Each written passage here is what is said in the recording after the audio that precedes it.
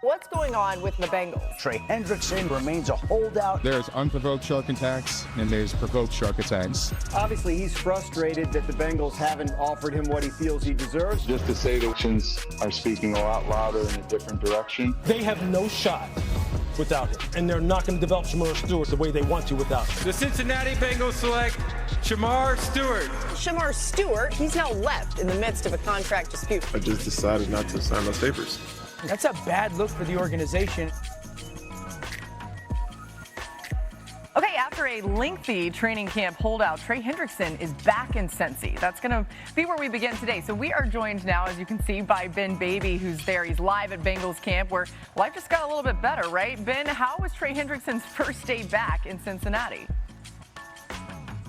Laura, you ask a lot of guys today, and it felt normal. And in fact, I spoke to defensive end Myles Murphy. He thought today was going to be the day he finally beats Trey Hendrickson into the building on his first day back. Myles told me he rolled in around 6:30 and 6:45, and no, Hendrickson was already in the cold tub ready to go. He was in meetings this morning, and while he wasn't practicing, he was definitely a very intense observer.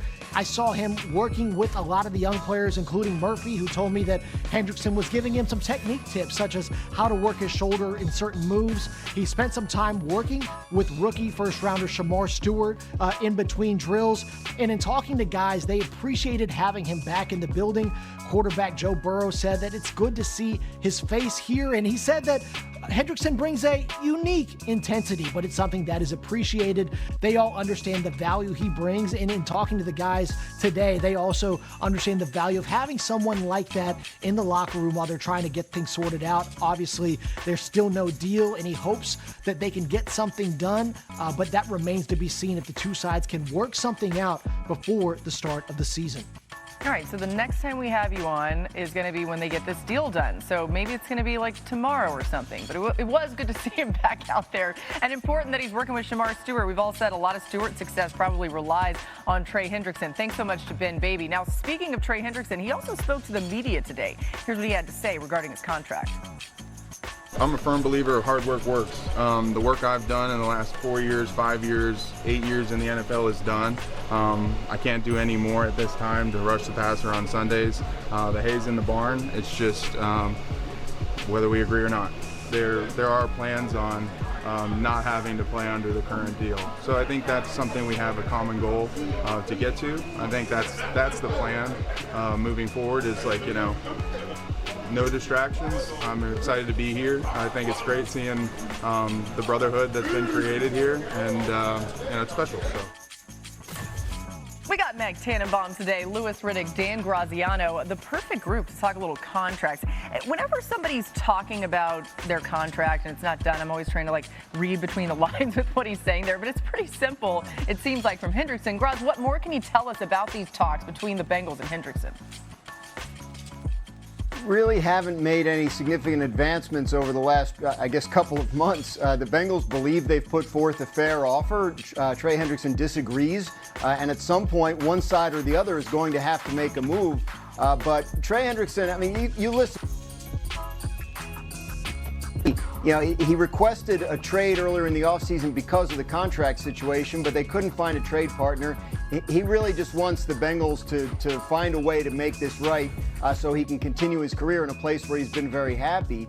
So it's about guarantees in future years, something the Bengals haven't done in very many contracts, Joe Burrow and Jamar Chase being the exceptions. But at 30 years old, Trey Hendrickson's not a guy that the Bengals feel great about making that move for at this point. So we continue to wait. Yeah, and Laura, what's interesting is TJ Watt and Trey Hendrickson are 2 months apart, Ross. So because of that, he's saying, hey, I've outproduced TJ Watt. We are the same age. Why should I take anything less? Over the last 2 years, I've led the NFL in sacks. And if I was the Bengals guys, here's what I'm concerned about. The $50,000 fines go away because he's now in. But back in 2019, Jalen Ramsey of the then Jaguars quote-unquote held in with a bad back, didn't practice, eventually got traded to the Rams, and the rest is history. So now that he's back and not practicing, if I'm the Bengals, I'm trying to figure out a way to get this deal done. They had a great offseason getting Jamar Chase and T. Higgins extended, but until he practices, there is a vulnerability here that this keeps going on. And again, it's not often, but it did happen in 2019 where Jalen Ramsey was able to force a trade despite being in the building every day.